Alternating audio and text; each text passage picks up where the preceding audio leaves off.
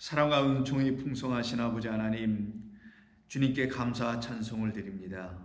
오늘도 저희들에게 이 하루를 허락해 주셔서 주님의 은혜 가운데서 주님의 품 안에서 영원한 안식을 누리게 하실 우리 주님의 음성을 오늘 주시는 말씀을 통해서 다시 듣게 해 주실 줄로 믿습니다.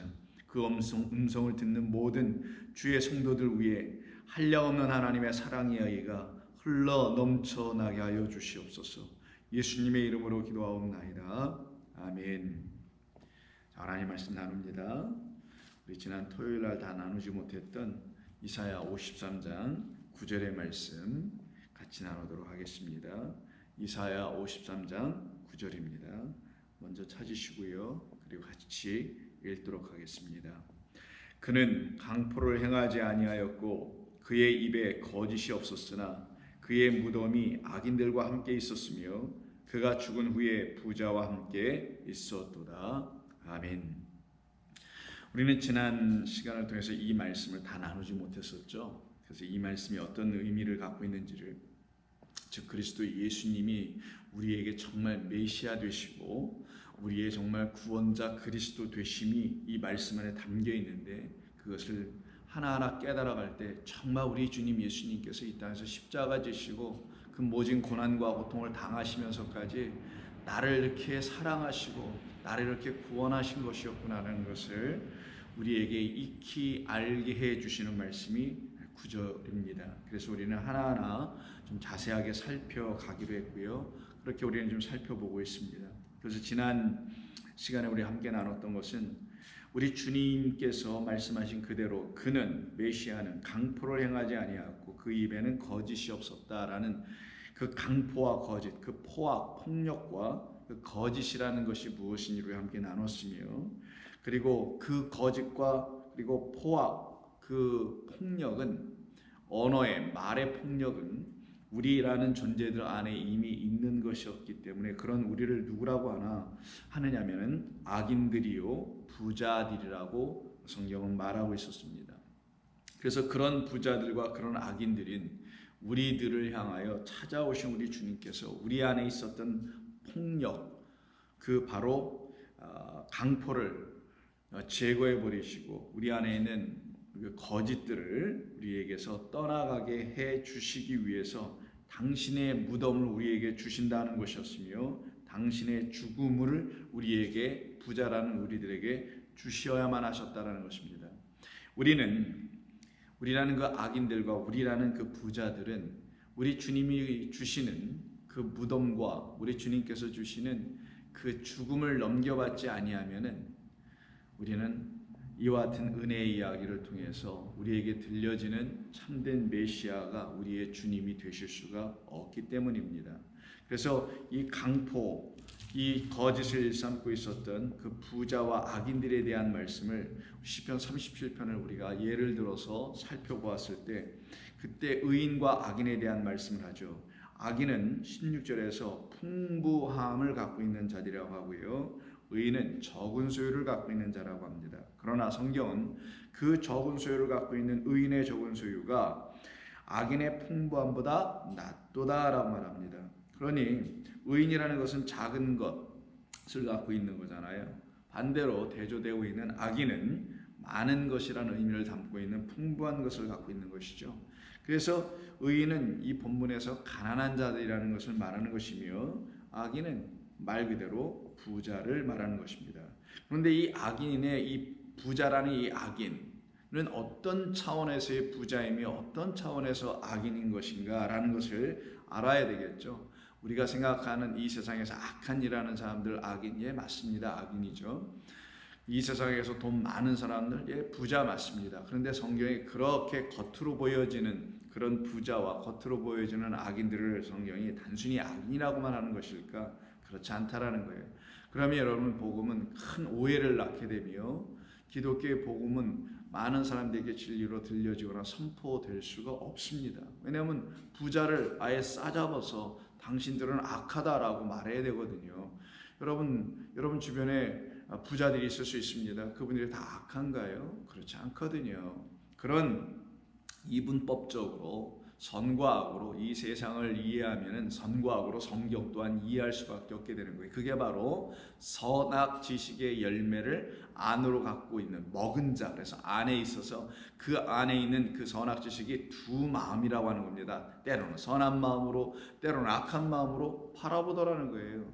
늘 하나 선한 마음으로 하나님이 보시기에 좋았더라는 그 마음을 우리도 갖게 되면은 우리도 그 마음으로 봐야 되는데 그걸 못 보고 있을 때 이걸 오해하게 되는 거죠. 그러나 정말 성경이 말하는 악인과 동격으로 사용하고 있는 그 부자는 21절에서 말하기를 악인은 꾸고 갚을 수 없는 자라는 거예요. 악인은 꾸고 갚지 않는다라는 거예요. 그게 물론 세상에서도 악인이죠. 사기꾼이라고 해야 될까요? 근데 여기 성경에서 말하는 악인은 꾸고 넘겨받은 게 있다라는 거예요. 빚진 자라는 거예요. 근데 그 빚이 어떻게 되지 않았다라는 거예요. 탕감받지 못했다라는 거예요. 꾸고 갚지 아니하였으니 빚은 지었는데 탕감받지 아니하였으니 우리의 모든 죄를 사하여 주옵소서라고 때 그때 죄가 주기도문에서 호펠레마거든요. 이게 바로 빚졌다라는 말이에요. 그래서 킹 제임스 버전을 사용하시는 분들은 거기를 트랜스패션이라고 하지 아니하고 뭐라고 표현하냐면 debt이라고 하죠. debt or debtors 이렇게 표현합니다. 빚진 자라고 하죠.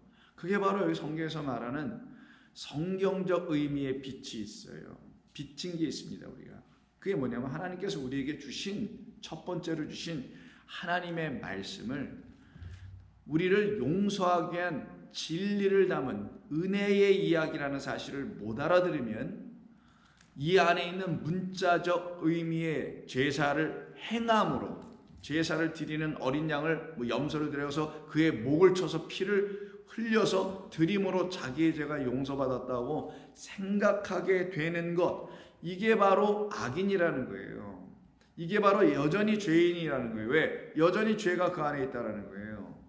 빛이 탕감받아야 되는데, 즉 하나님께서 우리에게 먼저 이렇게 주신 것을 우리가 넘겨받았으니 이걸 우리가 하나님 입장에서 우리 입장에서 관계에서 볼 때는 빛을 주고 빛을 진 자예요. 우리는 이것을 성경을 우리가 깨달아 알게 되면은 하나님의 마음과 뜻을 알게 되면은 다시 갚아낼 수 있는 거예요. 그걸 용서받다, 탕감받다. 무엇으로? 하나님이 말씀하신 건 하나님이 내게 정말 주시려고 했던 것은 빛을 지게 하시려고 한 게 아니라 은혜라는 갚을 수 없는 것을 내게 주시려고 했던 거군요 라는 걸 깨달으면 더 이상 빛이 되지 않아요. 빛을 진 자가 되지 않아요. 은혜라는 것을 깨닫지 못하면 갚을 수 있는 어떤 것이 내게 아직 있다고 생각하는 거 아니겠어요? 그럼 여전히 빚진 자가 되는 거예요. 빚졌다는 게 뭡니까? 내가 갚아야지. 내가 갚아야지. 다른 말로는 내가 언젠가 갚을 수 있지. 이런 말이잖아요. 근데 은혜를 만약에 빚을 졌다. 근데 은혜는 갚을 수가 없는 거란 말이에요. 그래서 은혜라는 걸 하나님께서 내게 주신 것이구나 라는 걸 깨달았을 때는 꾸고 그것을 하나님께서 넘겨주신 것이 무엇인지를 아는 것이기 때문에 더 이상 그는 갚아낼 수도 없는 완전한 용서를 받은 자가 되는 거예요. 근데 악인은 그것을 모르더라는 거예요. 왜?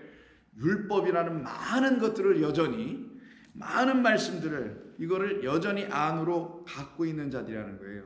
이걸 하나로 진리로 하나로 딱 갖고 있지 못하고 여기는 이것 저기는 저것 이것으로 많은 말씀만 알고 있는 상태. 이걸 갖다가 부자 악인 그걸 넘겨받았는데도 하나로 되돌려주지 못하는 아버지의 뜻이 이거였군요. 그래서 이렇게 돌려드릴 수 있는 것. 아버지는 나에게 은혜를 주시려고 했던 거군요. 긍휼을 주시려고 했던 거군요. 그 긍휼과 은혜로만 나는 용서받는 거군요. 라는 것을 내놓지 못하는 자들을 악인이라고 하고요. 그래서 의인은 은혜를 베풀고 주는 도다라고 하는 거예요. 그 의인이 누굽니까? 적은 소유를 갖고 있는 것이죠. 적은 게 뭐예요? 이 많은 말씀에 대조된 적은 거. 그래서 예수님께서도 말씀하시는 성경이 무엇을 말하는 것이냐? 가장 큰 계명이 무엇이냐? 하나님을 사랑하고 이웃을 사랑하는 겁니다라고 대답하여 옳도다. 네가 참 잘 말하였도다. 그 말씀하신 내용의 의미가 뭐냐고요? 성경이 말하는 거는 이 수많은 말을 둘로 만들면 큰 계명, 첫째 계명, 둘째 계명으로 나눠지는 거다. 근데 이 둘은 다 뭐로 연결되어 있어? 공통분모가 같은 것이 사랑. 사랑이다. 그 사랑이 하나님께서 나를 향하여 나타나시면 하나님의 사랑이 내게 무엇인지 알게 됐으니 내가 하나님을 사랑할 수밖에 없게 되고, 날 구원하셨다는 이야기가 뭔지 알니 내가 그분을 어찌 사랑하지 않을 수가 있겠는가. 그런데 그가 나를 그렇게 구원하시기 위해서 사랑했다라는 사실을 알게 해주신 그 형제, 이웃이 내게 왔는데, 그 이웃이 뭐니? 다른 이 세상의 이웃이 아니라 나를 이웃 삼으러 오신 나의 이웃, 그분이 정말 이웃이었구나. 그리스도 예수께서 내 이웃이었고 내 형제였구나를 알게 됐을 때 내가 어찌 그를 사랑하지 아니할 수 있습니까? 당신의 아들을 내가 어찌 사랑하지 아니할 수 있으며 안할 수 있으며, 당신의 아들을 보내신 당신 아버지를 내가 어찌 사랑하지 않을 수 있습니까? 이 말이 사랑이라는 거예요. 그럼 성경은 하나님의 사랑과 그리스도 예수 그리스도의 안에 있는 아버지의 사랑을 다 알게 됐을 때 그거를 은혜 받았다, 하나님의 은혜를 아는 자라라고 하는 거예요. 그게 적은 소유라고 하는 겁니다. 이거를 알지 못하고 있는 이 세상을 갖다가 소돔과 고모라라고 말하는 거예요. 소돔과 고모라가 그런 의미에서 죄악이 관영한 세상, 도성이라고 하는 것입니다. 하나님을 이와 같이 알지 못하고 있는 이 세상이라는 거예요. 거기에는 의인이 없다라는 거예요. 어떤 의인? 바로 지금 시편에서 말하고 있는 그런 의인, 은혜로 하나님을 깨달아가는 그런 의인은 없고 행위로 자기들의 판단으로 생각으로만 알아가고 있는 그런 악인들만 가득하도다라는 거예요. 그래서 의인을 찾아보려고 모세가, 아브라함이 막 그랬잖아요. 그때 아브라함이 결국은 찾지 못하고 의인은 없나니 하나도 없는데, 그런 세상에 의인을 보내시겠다라는 약속을 하신 거잖아요. 어디에? 그 소돔 같은 세상에, 이 세상에 보내시겠다. 누구로? 당신의 아들. 모든 이 땅의 의인들이 만났던, 하나님의 백성들이 만나야 할 그 하나님의 아들을 우리에게 의인으로 보내주셔서 그로 말미암아 영원토록 죽을 수밖에 없었던 그 악한 자와 그 부자들에게 그 의인 예수께서 오셔서 당신의 무덤을 그 악한 이들에게 주시고 당신의 죽음을 그 부자들에게 주시기 위해서 오신 거란 말이에요. 그래서 오늘 본문이 이런 말씀을 하고 있는 것이죠. 하반 부분, 우리가 지난 시간에 상반 부분만 나눴었는데 오늘 하반 부분에서 그는 그의 무덤을 악인들에게 주었으며 그는 그의 죽음을 부자들에게 넘겨주었다라는 말씀이 나오는 겁니다. 그래서 우리 주님의 그 죽음과 우리 주님의 무덤을 우리는 넘겨받아야 되는 거예요. 그러면 그 무덤을 주신다는 게 뭐겠어요? 당신의 무덤 안으로 들어와야 된다는 거예요. 우리가 만들어놓은 우리의 무덤은 스월을 말하는 거예요. 영원한 사망 구덩이입니다.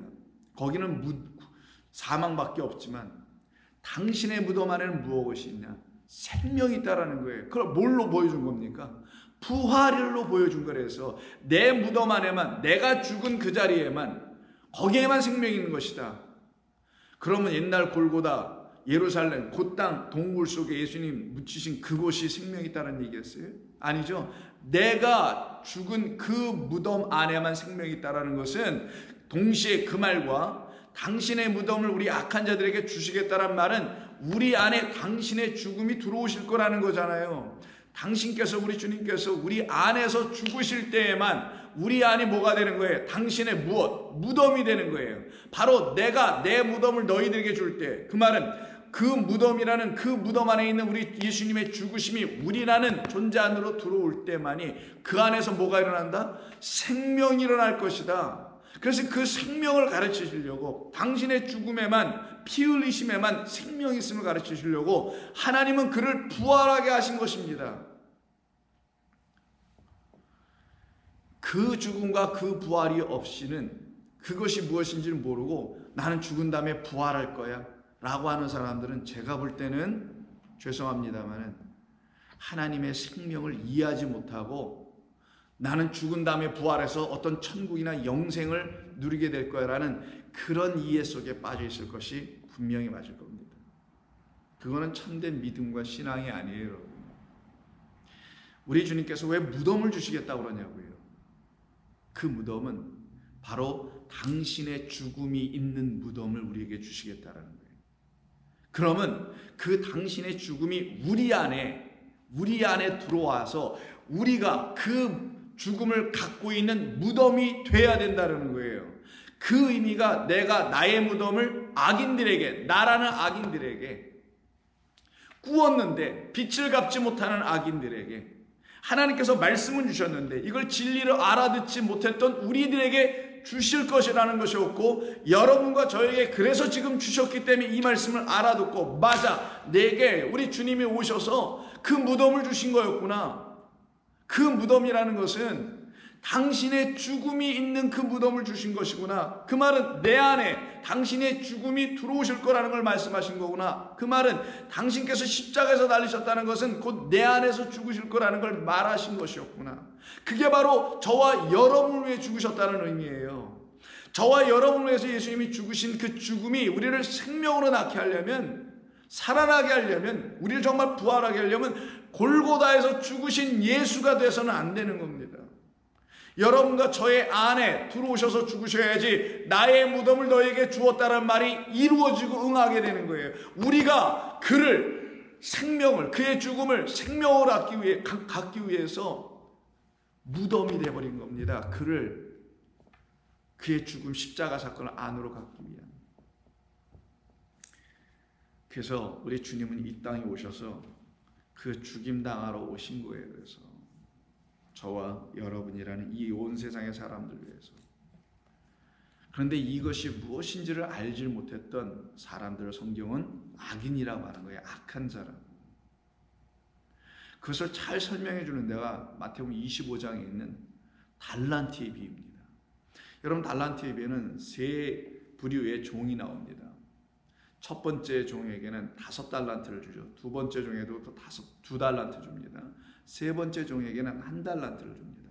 자, 그런데 문제는 때가 돼서 그 주인이 와가지고 그들에게 맡겨놓은 것을 결산하는 때가 옵니다. 그래서 19절, 오랜 후에 그 종들의 주인이 돌아와 그들과 결산하세 할 때에 5달란트를 받은 그 사람은 5달란트를 더 가지고 와서 이르되 주인이여, 내게 5달란트를 주셨는데 보소서 또 5달란트를 남겼나이다. 이게 무슨 장사하는 얘기가 아니겠죠. 5달란트를 하나님께 주셨는데 이걸 잘 관세해가지고 그거를 열심으로 섬겨서 뭘 이뤄냈다는 그런 얘기하는 게 아니에요. 이거는요, 악인은 꾸고 갚지 못하지만 의인은 꾼 것을 뭘로 갚은다? 은혜로 갚은다고 돼 있어요. 그리고 그걸 또 준답니다. 요 5달란트 받은 자와 2달란트 받은 자가 각각 5달란트와 2달란트를 더 그 주인에게 돌려드릴 수 있었다라는 말이 바로 꾸었는데 남겼다라는 거예요. 하나님께서 우리에게 주신 5이란 이 말씀이, 그게 정말 이런 5이었군요. 하나님, 이 모든 것이 다 은혜의 말씀이었군요.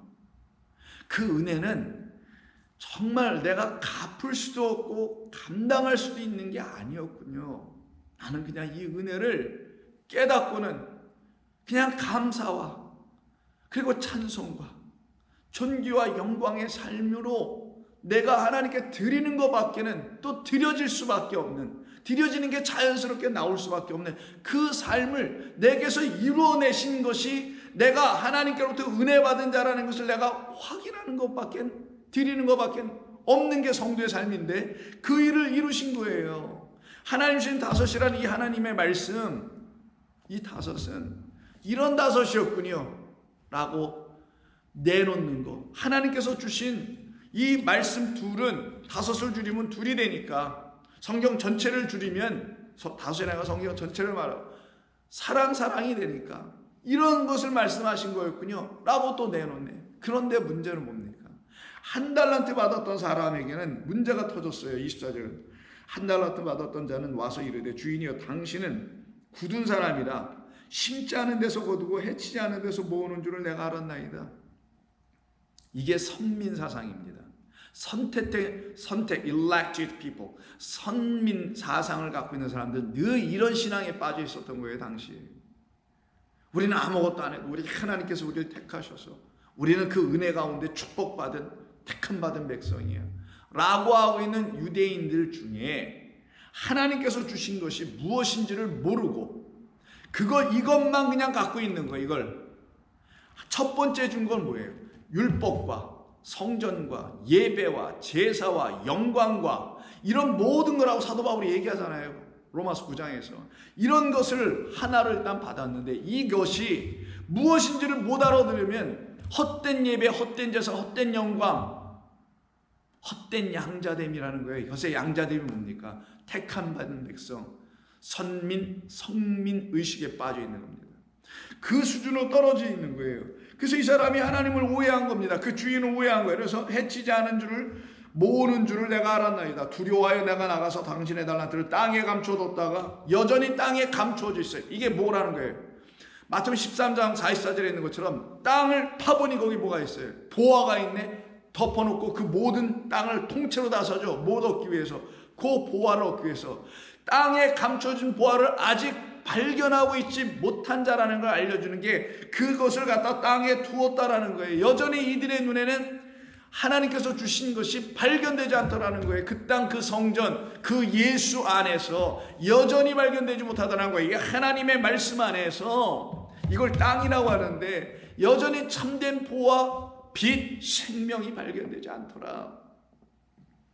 이게 이 한 달란트 받은 종의 지금 이야기인 것입니다. 보소서 당신의 것을 가지셨나이다. 내가 그대로 잘 갖고 있었잖아요. 이게 바로 유대인들이 여태까지 해왔던 거 아닙니까? 예수님 당시 때까지, 지금도 그렇지만 우리 이걸 그냥 문자적으로 하나도 문제가 되지 않도록 그대로 잘 간수하고 왔습니다. 이걸 그대로 잘 지키고 있고요. 이걸 그대로 잘 따르고 있고요. 이 얘기를 하는 거에 똑같이 이게 무슨 말인지 못 알아들으면 이걸 그대로 잘 지키면 이게 정말 믿음의 백성, 신앙, 좋은 사람, 하나님의 영광과 은혜를 아는 사람처럼 보여지게 된다는 거예요. 그래서 그가 그렇게 당당하고 자신 있게 딱 나왔던 거예요. 이게 바로 예수님께서 이 땅에 오신 이유입니다. 누구를 만나러? 바로 그와 같은 이 한 달란트를 그렇게 내놓고 있는 유대인들, 지금은 우리 모든 유대인들을 통하여 이 땅의 모든 존재인 우리들을 향하여 오신 거란 말이에요.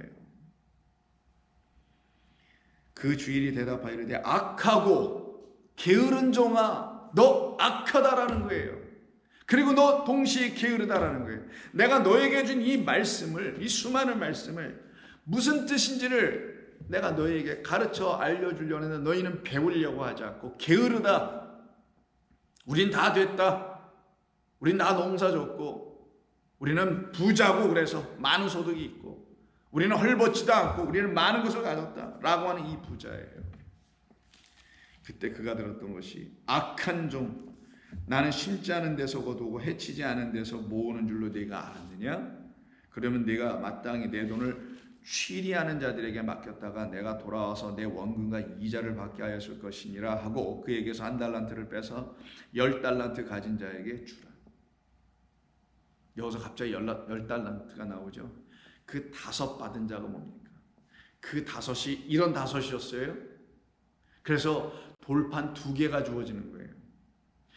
우리에게 주셨던 6번서부터 10번의 말씀은 6계명서부터 10계명의 말씀은 이런 뜻이었어요. 이제 제가 알겠네요. 그게 왼쪽에 있는 또 다른 돌판이 1계명서도 5계명 영원한 하늘을 설명하는 하늘의 것과 그리고 이 땅의 것으로 나눠져 있는 이 2가지 것을 놓고 설명하시는 당신의 말이 이런 뜻이었어요. 이걸 확실히 깨달았던 거예요. 이 사람이. 그들을 갖다가 열을 완전하게 가진 자, 이들을 놓고 뭐라 하냐면 계명을 지킨 자라고 하는 거. 이거를 내가 5달란트 줬다. 너에게 내가 5계명으로 왔다 이 땅에. 근데 이 땅의 5계명은 너희 살인하지 말라, 부모를 공경하라, 이 말들을 너에게 줬던 것은 이 말의 의미를 내가 다시 산상수훈에서 가르쳐서 너희들이 그 말의 의미를 확실히 깨닫고 온전히 성령을 통해서 깨닫게 되면 아, 그게 이런 5이었어요 라고 1계명서도 5계명에 있는 이 5계명을 너희가 깨달아 알게 되는 거예요. 그런데 너희는 이것을 알지 못하였도다가 1달란트 가진 자예요. 근데 이걸 깨달은 자는 5달란트와 2달란트를 가졌던 이 2 사람이었던 것입니다. 이 사람을 놓고 뭐라고 하냐? 29절 무릇 있는 자는 받아 풍족하게 되고 없는 자는 그 있는 것까지 빼앗기리라. 진짜 있어야 될 은혜는 없고 없어야 할, 사라져야 할 빼앗겨야 할 그 자기 스스로 볼 때 풍성하고 많은 것을 갖고 있다라는 그 악인의 것을 빼앗아 버리는 거예요. 이게 또 은혜의 이야기입니다. 너 그거 계속 갖고 있으면 안 돼. 그걸 빼앗으러 오신 분이 우리 주님은 이 무익한 종을 바깥 어두운 데로 내쫓으라. 거기서 슬피 울며 이를 갈리라. 이를 간다는 거 뭐예요? 이는 양식이 없다는 거죠. 그럼 진짜 양식은 뭐예요? 그 주인이 줬던 한 달란트가 양식인 건 맞는데 그 양식을 통하여 한 달란트 가지고 왔었으면 이게 진짜 양식입니다라고 됐을 텐데 너는 진짜 그 양식은 없네. 그럼 앞에 두 종은 5달란트를 가지고 5달란트를 만들어냈어요. 이게 이런 것이었군요. 그러면 이게 진짜 양식. 이 양식은 눈에 보이는, 귀에 들리는, 우리가 읽을 수 있는, 볼 수 있는 첫째 하늘과 첫째 땅, 하나님의 말씀, 이런 모든 것들입니다. 이걸 통하여 진짜 양식이 이런 거였나라고 그것을 하나님의 여호와 입에서 나오는 참된 떡으로, 진리의 말씀으로, 영의 양식으로 먹고 있는 사람들을 놓고서 말하는 게 너희들은 먹을 것이 있다라는 거예요. 그래서 물을 잇는 자는 받아서 풍족하게 될 것이라는 겁니다. 왜? 이 말씀이 이제 점점점 다 은혜와 진리로 들려지니 갈수록 풍족해 이들에게는. 그런데 이게 은혜와 진리로 들려지지 않고 옛날 옛적 그걸로만 계속 듣고 있어. 그들은 빼앗길 것이다라는 거예요. 그들은 먹을 양식이 없는 자들이다. 그래서 이를 갈리라. 입에 들어간 게 없으니까 이와 이만 부딪히는 이를 갈매의 일이 벌어지게 되는 거죠. 그래서 고합장 24장에서 42절 그러므로 깨어있으라. 어느 날에 너희의 주가 임할는지 너희가 알지 못함이니이다. 아직도 임하지 않은 자들이 있다라는 거예요. 그래서 깨어있으라.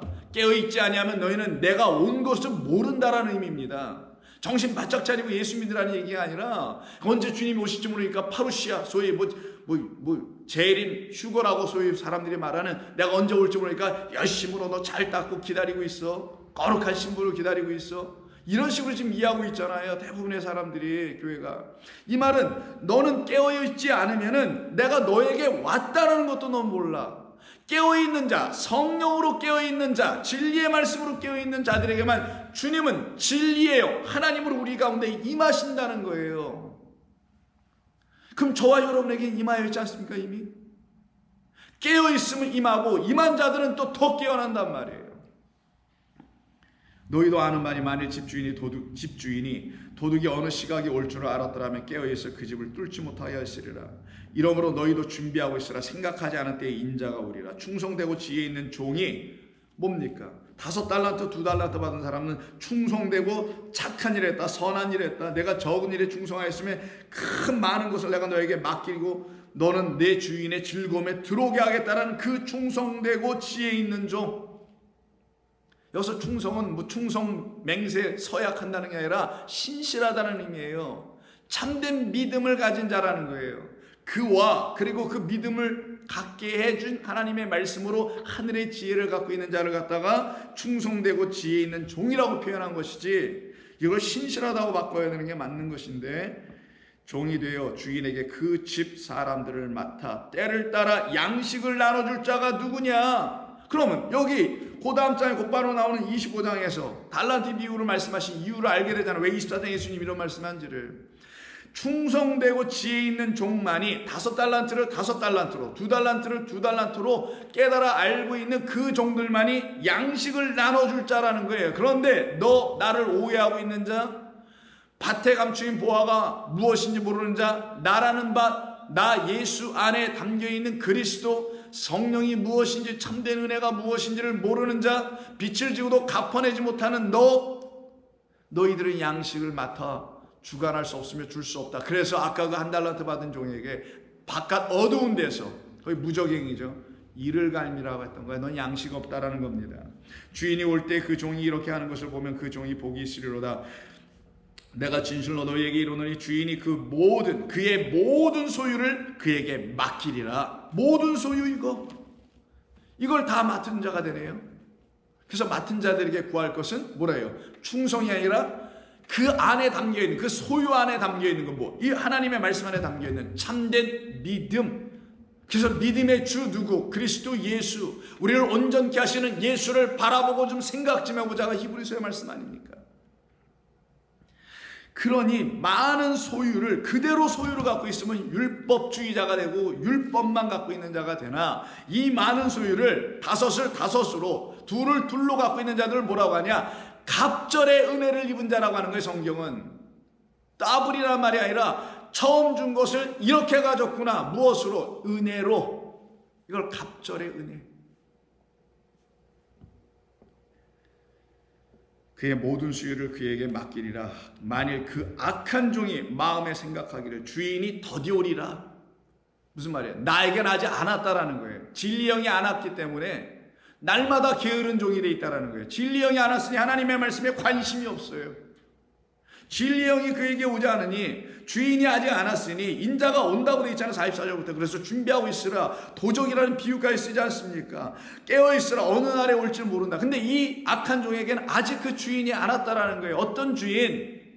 죽고 부활하셔서 살아나신 그 주인, 참된 생명을 갖고 오신 그 주인, 무덤을 내주시기 위해서 오시는 그 주인, 당신의 죽음으로만 우리에게 생명을 주시기 위해서 오시는 그 주인. 이 주인이 아직 없어 이들에게는. 그래서 악한 종이 생각하기를 우리 주인이 더디오리라 하여, 아직 안 왔죠. 이들에게는 동료들을 때리며 술 친구들과 더불어 먹고 마시게. 동료들 때리는 게 뭐예요? 압박하는, 너희들 빨리 가서 일해, 너희들 빨리 가서 더 많은 일을 해. 출애굽기 1장 2장 3장에 있는 것처럼 바로의 치하에서 수고하고 고난 고통 헛된 수고 성전 짓고 있는 그 일을 상장하는 겁니다. 술 친구들하고 먹고 마시게 되면 자기들은 그 기쁨에 들어왔다는 거죠. 헛된 술, 취하게 하는 술을 마시고 있어요. 생각하지 않는 날, 알지 못하는 그 시각에 그의 주인이 이르리니 이 어미 때리고 외식하는 자가 받는 처벌에 처하리니 거기서 슬피 울며 이를 갈리라가 여기서 또 나오는 겁니다.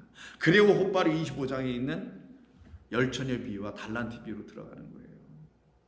지혜가 무엇인지, 그리고 충성이 무엇인지를, 그래서 그 위에 있었던 45절에서 충성되고 지혜 있는 종이라는 말씀을 쓰셨던 그 말씀의 의미를 설명해 주시려고 지혜로운 다섯 처녀와 그렇지 않은 처녀의 비유를 또 쓰신 것이고, 충성되고 착한 종이라는 말씀의 의미로 달란트 비유를 추가해 우리에게 아주 친절하게 자세하게 사랑으로 설명해 주신 것입니다.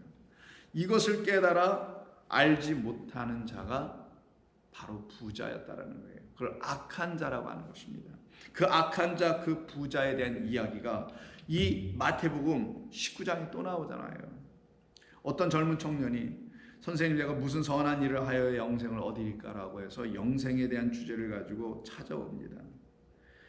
계명을 지켜야 된다는 것이죠. 그 계명 얘기 쭉 하는데 그게 바로 5달란트, 2달란트에 대한 이야기네요. 이르되 18절 어느 계명이 오니까 예수께서 이르시되 살인하지 말라, 간음하지 말라, 도둑질하지 말라, 거짓 증언하지 말라, 네 부모를 공경하라, 네 옷을 내 주신 것 같이 사랑하라. 쭉 계명을 말씀해 주세요. 청년이 이르되 이 모든 것은 내가 지켰사온데 무엇이 부족하나이까? 잘못 지켰지만 이는 지켰다고 얘기합니다. 율법으로만 지킨 거죠. 그때 예수님께서 그를 향하여서 말씀하신 것이 내가 온전하고자 할진대 이 부자에게 말씀합니다. 내 소유를 팔아 가난한 자들에게 주라. 이 부자 청년에게 말씀하시는 겁니다. 이 부자 청년 여전히 그 땅에서 그 보화를 발견하지 못하고 그 하나는 땅 밑에 여전히 감추어 놓고 감추어진 상태에 있었던 한 영혼이에요. 그 소유를 팔아 가난한 자들에게 주라. 그가 갖고 있는 소유 바로 겉에 있는 모든 말씀들이에요. 그거를 팔면 너에게서 떠나가면 그것이 너에게 남겨줄 게 하나 있는데 그게 무엇이냐? 은혜, 생명이다. 그리고 하늘의 보화를 내게 줄 것이니 그것을 네가 받으면 너는 나를 따르라.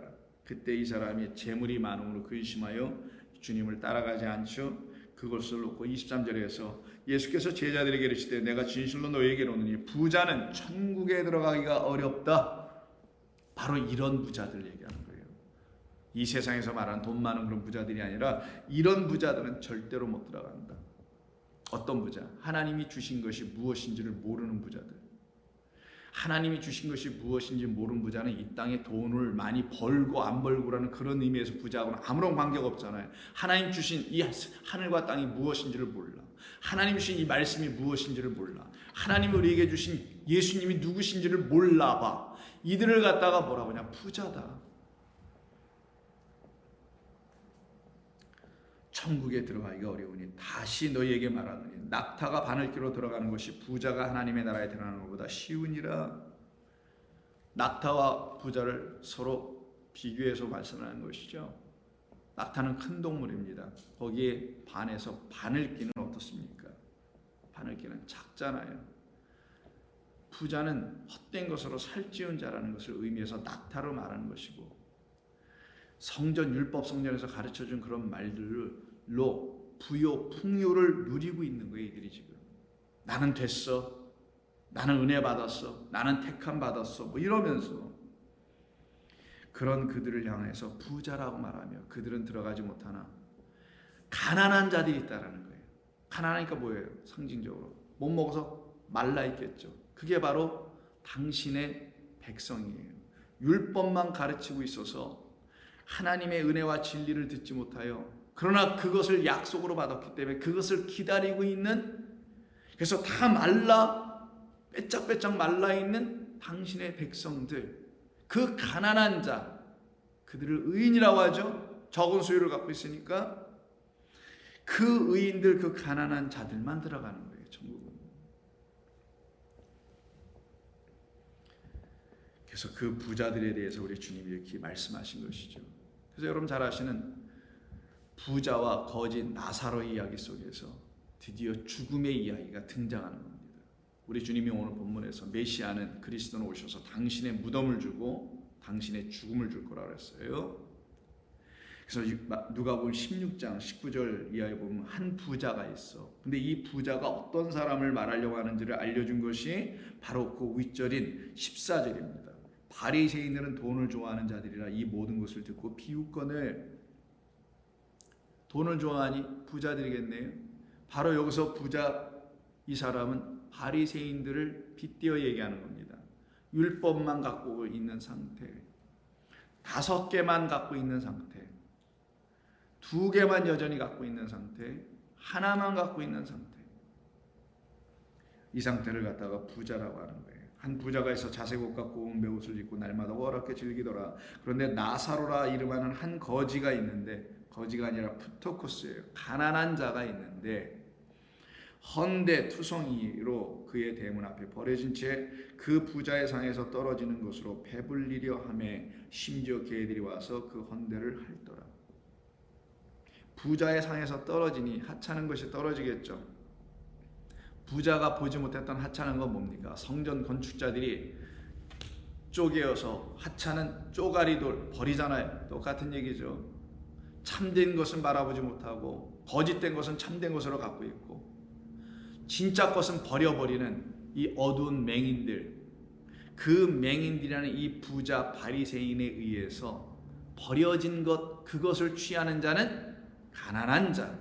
하나님께서 우리에게 진짜 주시려 하는 것이 무엇인지 모르고 그거는 갖다 버리고 그 먼저 준 것만을, 첫 번째 준 것만을 진짜인 줄 알고 그것을 붙잡고 살아가는 그 사람의 집 밖에 있는 자, 그 아래 세상 성전 그 밖에 있는 자, 그래서 그 성전에서 나온 자가 바로 가난한 자 나사로입니다. 하나님의 도우심을 절대로 갖지 않으면 그 가난함에서 벗어날 수 없는 그 영혼을 말할 때 쓴 말이에요, 이게. 그래서 나사로죠. 이에 그 거지가 죽어 천사들에게 받들려 아브라함의 품에 들어가고 부자도 죽어 장사되매. 이때 죽어 장사되매라는 이 말들이 무덤에 들어간다는 얘기예요. 장사돼요. 그가 음부에서 고통 중에 눈을 들어 멀리 아브라함과 그의 품에 있는 나사로를 보고 라는 말로 나옵니다. 두 사람이 나눠진 거예요. 지금 예수님 비유로 말씀하십니다. 자, 아브라함의 품에 안기는 자는 나사로라고 합니다. 그런데 음부에 들어가는 자는 그 부자라고 얘기해요. 그러면 음부에 들어가는 자, 아브라함의 품에 들어가는 자, 서로 나눠지는 거죠 지금. 그럼 아브라함의 품에 들어간다는 게 뭐겠어요? 이가 그의 무덤 속으로 들어갔다라는 거예요. 아브라함이라는 그 품, 그 무덤에 들어간 자가 누구냐? 바로 내가 나의 무덤을 줄게 라고 말씀하셨던 이사야 53장 9절에 있는 그 말씀이 지금 나사로에게는 이루어져서 나의 무덤은 어떤 무덤이냐? 막벨라 굴이라는 그 무덤을 갖고 있는 아브라함, 그 무덤으로 들어간다라는 거예요. 이게 지금 그 나사로는 그 막벨라 굴로 들어갈 것이고 지금 이 사람 부자는 어디로 들어가요? 거기에 묻히지 못하고 어디로 묻힌다는 겁니까? 음부, 스월, 진짜 사망으로 들어간다라는 거예요. 생명이 없는 무덤으로 들어가 있다라는 거예요. 예수님의 죽으심, 메시아의 죽으심, 어린 양의 죽으심이 있는 무덤이 아니라 자기들이 택한 어린 양의 죽음만 날마다 갖고 있는 그 죽음의 무덤 안에 갇힌 자가 누구냐? 바로 거기를 스월이라고 하고 거기를 음부라고 하고 있는 이 부자가 들어간 곳이라는 겁니다. 이제 여러분 깨달아 이해하실 거 아니겠어요? 여러분?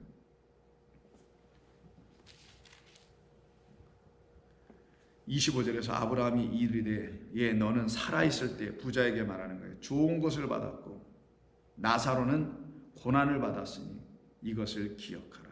이제 그는 여기서 위로를 받고 너는 괴로움을 받으리라.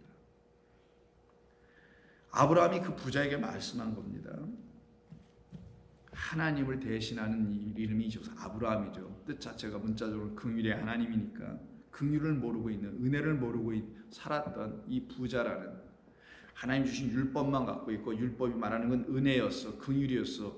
나는 제사가, 율법이 말하는 제사를 원하는 게 아니라 그 율법 안에서 우리에게 선포하려고 하시는 긍휼을 나는 원했던 거야 라고 말씀하신 것을 몰랐던 사람이 바로 이 부자라는 거예요.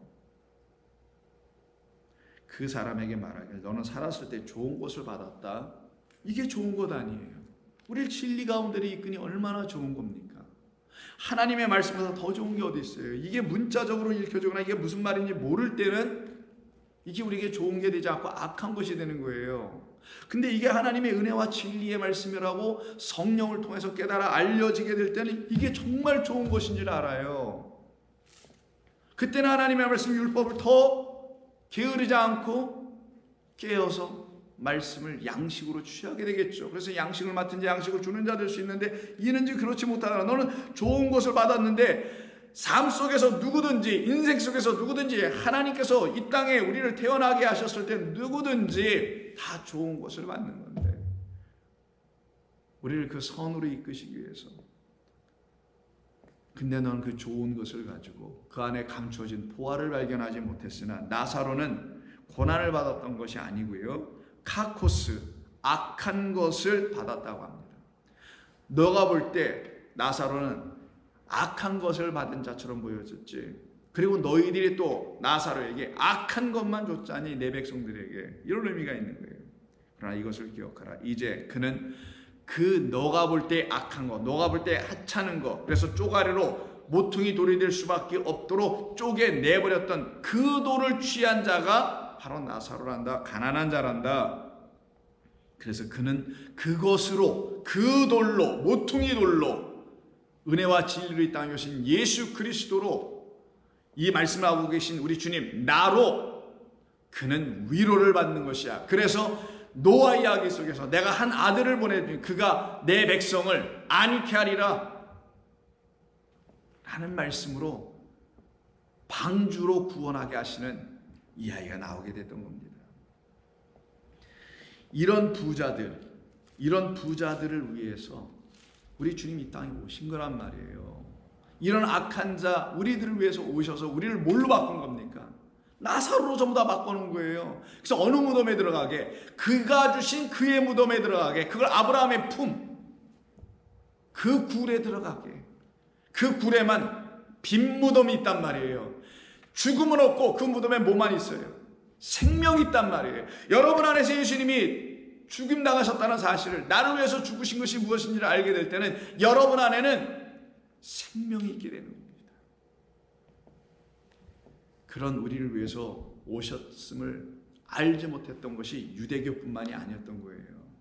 초대교회 당시에 요한계시록 7개 교회 중에서 라오디게아 교회를 향하여 말씀하신 말씀 17절을 보시면 3장 17절 요한계시록, 내가 말하기를 나는 부자라. 이게 지금 교회입니다. 유대교가 아니에요. 지금 이 교회입니다. 나는 부자라. 부유하여 부족한 것이 없다. 하나 너희는 그렇게 호언장담하나 내가 너를 보니 너는 곤고한 것과, 넌 좀 여전히 고통스럽네, 여전히 고통당하고 있네, 여전히 수고하고 지쳐있네. 율법으로 하나님의 말씀이 깨달아 알려지면 너에게 기쁨이 되는데 너는 이걸 겉의 것으로만 읽고 있네. 내 곤고한 것과 가련한 것과 가난한 것과 눈먼 것과 벌거벗은 것을 알지 못하는도다. 그러면 이 말씀의 의미가 뭐냐고요. 너는 말하기를 나는 부자다라고 하는데 너는 내 앞에서 이렇게 말했어야 이런 고백이 나왔어야 된다는 거예요. 어떤 고백? 여러분 하나님 앞에서 어떤 고백이 돼야 됩니까? 나는 부자라고 해야 됩니까? 아니죠. 뭐라고 해야 돼? 나는 가난한 영혼입니다. 나는 가난한 자입니다.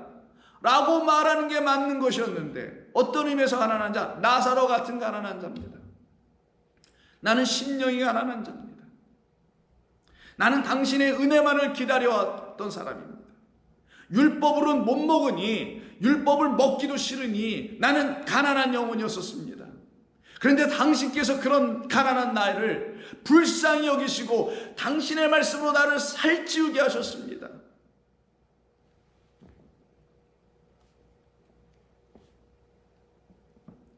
그때 우리는 비로소 우리의 벌거벗은 것을 알게 되고 가난한 것을 알게 되며 가련한 것도 알게 되고 헛된 수고를 했던 곤고함도 알게 되는 것인데 너는 그것이 없으니 너의 곤고함과 헛된 수고 벌거벗음을 전혀 알지 못하는 잘못된 부자구나.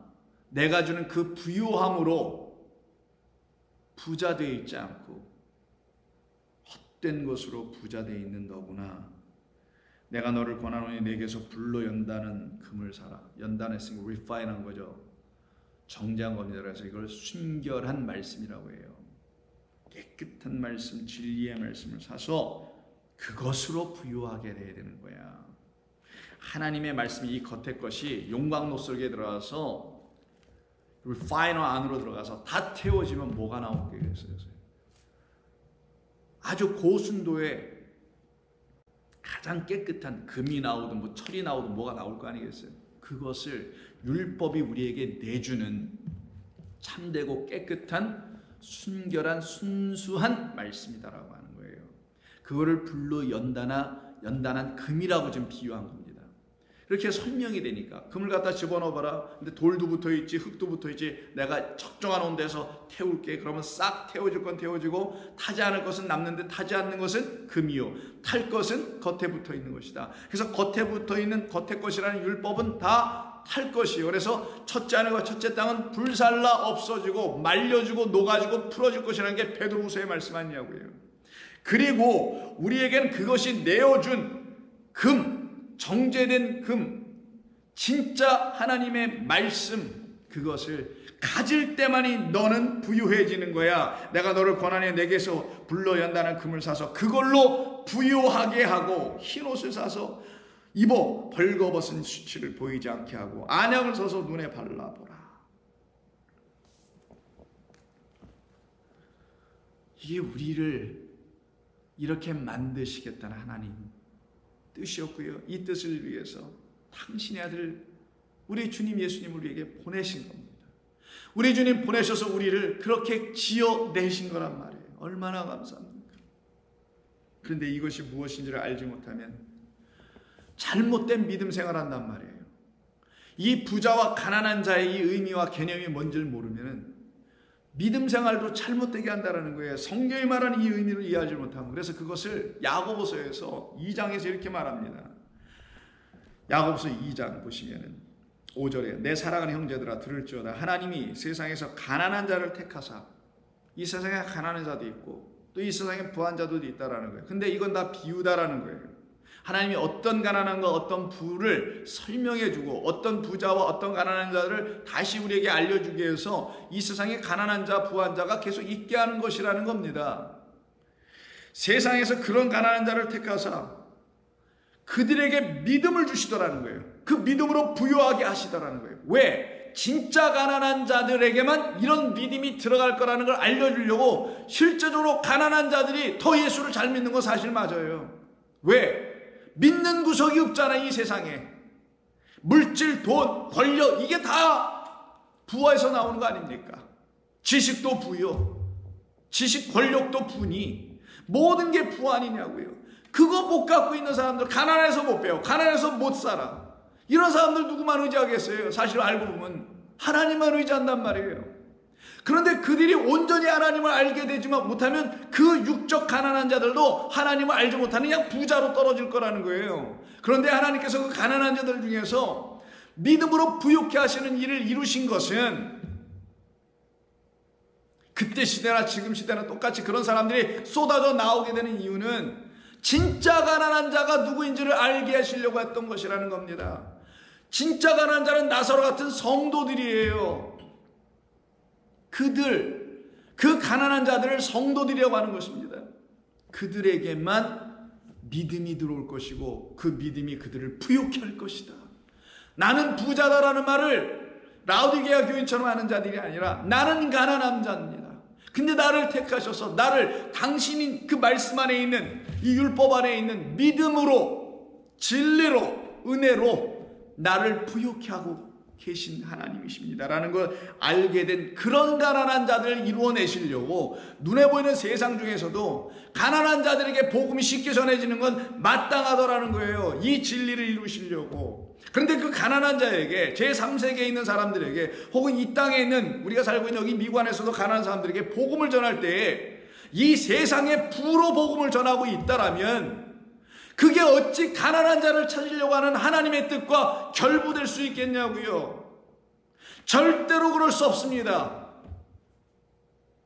학교나 져주고 병원 져주고 사회적인 기반 시설을 갖다 만들어주고 인프라 깔아주고 하는 게 복음 전하는 게 아니란 말이에요. 그런 거 없었어도 인류 역사 속에서는 하나님을 아무리 가난해도 다 믿었단 말이에요. 아무리 없었어도. 과거 60년 70년 뒤로만 가도 여러분 아시잖아요. 우리가 얼마나 한국 사람들도 한국 땅에서 어렵게 살았는지. 그 중에서도 아무리 어려웠어도 복음으로 다 살아난 자들이 있었단 말이에요. 그들에게 무슨 물질로 채워줬습니까? 교회에서? 아니죠. 사랑으로 채웠습니다. 어떤 사랑? 하나님의 사랑. 사람의 손끝에서 나오는 그 정도의 사랑이 아니라 그것은 그들을 하나님이 사랑하신다는 걸 보여주는 것에 불과한 것이고, 그들이 정말 받아야 될 것은 그 손길의 사랑에서 나오는 것을 통하여 하나님의 영원하신 사랑, 그리스도 예수의 십자가의 죽음을 만나게 했던 거란 말이에요. 그 무덤과 그의 죽음을 넘겨받은 자들이 되었을 때가 진짜 가난한 자가 되는 거란 말이에요. 내 사랑하는 형제들아 들을지어다. 하나님이 세상에서 가난한 자를 택하사 믿음에 부요하게 하시고 또 자기를 사랑하는 자들에게 약속하신 나라를 상속으로 받게 하지 아니하셨느냐? 그런데 너희는 도리어 가난한 자를 업신여겼도다. 부자는 너희를 억압하며 법정으로 끌고 가고 있도다. 이런 말씀이에요.